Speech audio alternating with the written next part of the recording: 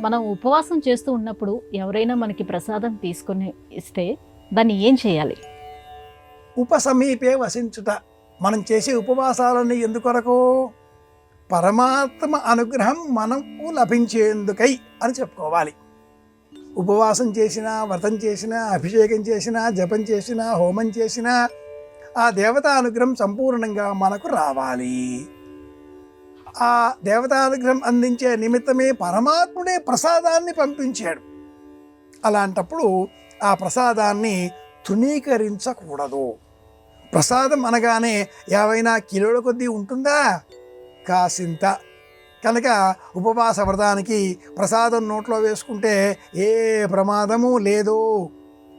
కానీ కొన్ని ప్రత్యేక సందర్భాలలో మన సంకల్పాన్ని అనుసరించి నిర్జల ఏకాదశి ఉపవాసం, తొలి ఏకాదశి ఉపవాసం, మలి ఏకాదశి ఉపవాసం, ద్వాదశి, ఇంకేవో కారణాల చేత వ్రతంగా ఒక ఉపవాసం ఇలా పెట్టుకున్నప్పుడు పదార్థం తినలేనటువంటి పరిస్థితి. ఇచ్చిన వారిని మనం అగౌరవపరచకూడదు, ప్రసాదాన్ని కూడా అగౌరవపరచకూడదు. పరమాత్ముడు పంపించాడు కనుక ఆ పదార్థాన్ని ఇలా పుచ్చుకొని కాసేపు అయ్యాక మరింకెవరికైనా అందజేయాలి. ఇది మొదటి పద్ధతి. ఎవరూ లేరు, ఎవరూ తీసుకోరు, మనకే ఇచ్చారు.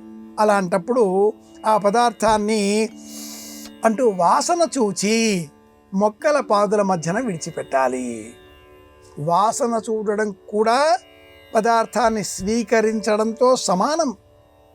కనుకనే నేటికి ఒరిస్సా క్షేత్రంలో ఉన్న పూరి జగన్నాథ స్వామి వారి ఆలయంలో దేవత ఆరాధన నివేదన నిమిత్తమే వంటకాలు చేసేటటువంటి ఆ పాచకులు, వంటవారు 56 భోగ్ 56 రకాల నైవేద్యాలు సిద్ధం చేస్తూ ఉంటారు. స్వామికి గంటకి నైవేద్యాలు పెడుతూ ఉంటారు. ఆ వంటవారంతా కూడా ఈ వాసనలు తాము స్వీకరించకూడదు కనుక ముక్కుకు బట్ట కట్టేసుకుంటారు. వాసన స్వీకరించకూడదు. ఆఘ్రాణ దోష పరిహారార్థం అన్నసూత్రమంటపటం కరిష్యే అహమస్మి ప్రథమజా ఋతస్య.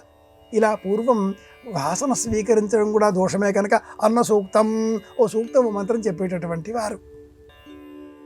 కనుక ప్రసాదం ఎవరైనా ఇస్తే నిరభ్యంతరంగా తీసుకుందాం, కొంచెమే కదా.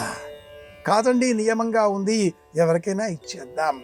లేదా వాసన చూచి మొక్కల పాదున భద్రంగా విడిచిపెడితే సమస్త జీవకోటికి ఆహారాన్ని అందించిన పుణ్యఫలం మనకు లభిస్తుంది.